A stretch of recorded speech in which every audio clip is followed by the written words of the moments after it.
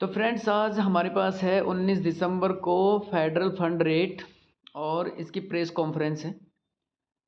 और इसमें क्या होगा कि जैसे नॉर्मली फेडरल फंड रेट में जो फोरकास्ट डाटा फोरकास्टिंग है वो है 4.50 और पुराना प्रीवियस था 4.75। तो फेडरल फंड रेट में अगर आप पुराना इसका रिकॉर्ड देखोगे ना तो मोस्टली ऐसा होता है जितना फोरकास्ट किया जाता है वो ही एक्चुअल आता है। लेकिन अब ऐसा सुनने को मिल रहा है जैसे बहुत सारी वेबसाइट बहुत सारे अगर हम लोग गूगल पे सर्च करें तो जो ट्रेडर है जो इंटरेस्टेड होते हैं फॉरेक्स ट्रेडिंग में तो वो उनका एनालिसिस है कि भाई इसमें जो है 0.25 का जो है रेट में कट होगा, तो इसलिए फोरकास्ट जो दिया हुआ है वो 4.50 है।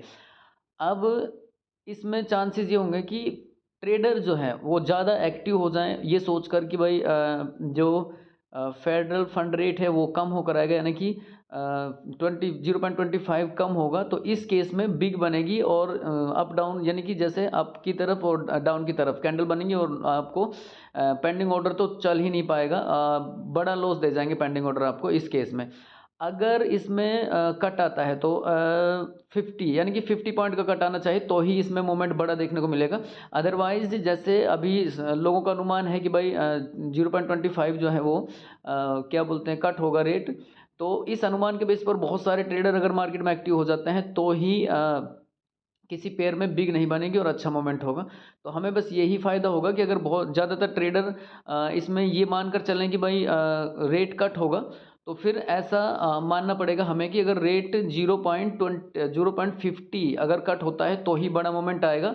अदरवाइज 4.4 आया तो वो डिपेंड करेगा कि जितने ट्रेडर एक्टिव हैं उन पर, और नहीं तो बिग बन जाएगी। और बिग में ये होगा कि आपका पेंडिंग ऑर्डर जैसे बाय की तरफ का अकाउंट भी खत्म और सेल की तरफ का भी, अगर आप हैजिंग करते हैं तो वो इस तरह का लॉस होगा, और अगर पेंडिंग ऑर्डर लेते हैं तो भी आपके दोनों पेंडिंग ऑर्डर एक्टिवेट हो जाएंगे, यानी कि सेल स्टॉप भी और बाय स्टॉप भी। तो ये एक तरह से रिस्की भी हो सकता है, बस यही मान के चलिए कि इसमें अगर रेट कट आता है तो ही आपके लिए फ़ायदेमंद होगा, अदरवाइज तो इसमें बिग बन जाएगी। और आपको अगर नॉर्मल इसमें कट नहीं भी आया, जैसे एक्चुअल जितना डाटा फोरकास्ट किया हुआ है उतना ही एक्चुअल आया, तो फिर आपको जल्दी से निकलना पड़ेगा। अगर आप पेंडिंग ऑर्डर लगाते हैं आपका एक्टिवेट हो जाता है तो फिर आपको जल्दी से मार्केट से निकलना पड़ेगा, क्योंकि इसमें रिवर्स ज़रूर होगा और इसमें जल्दी रिवर्स होता है फेडरल फंड रेट पर। अब इसका एक हम लोग क्या है कि अगर नॉर्मल डाटा होता तो हम लोग इस पर ट्रेड नहीं करते, लेकिन इकोनॉमिक प्रोजेक्शन जो है वो हर 3 महीने में आता है, क्वार्टरली है ये एफओएमसी इकोनॉमिक प्रोजेक्शन। जब भी इकोनॉमिक प्रोजेक्शन के साथ फेडरल फंड रेट आता है तो एक बड़ा मोमेंट ये दे जाता है, तो एक चांसेस होते हैं कि बड़ा मोमेंट इसमें आ सकता है।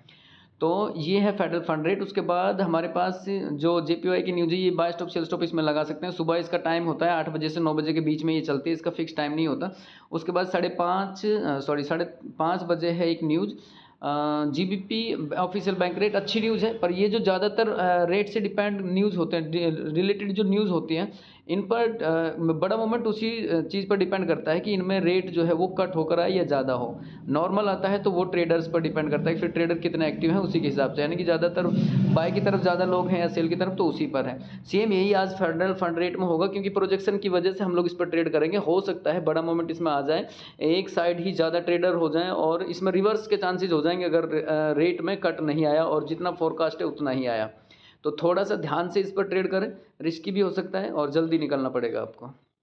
पेंडिंग ऑर्डर तो इस पर ना ही लगाएं तो अच्छा है, नॉर्मल ट्रेडिंग करें, रिवर्स में ले लें अगर फोरकास्ट जितना है डाटा उतना एक्चुअल आता है। तो चैनल पर नए तो चैनल को शेयर करें, सब्सक्राइब करें।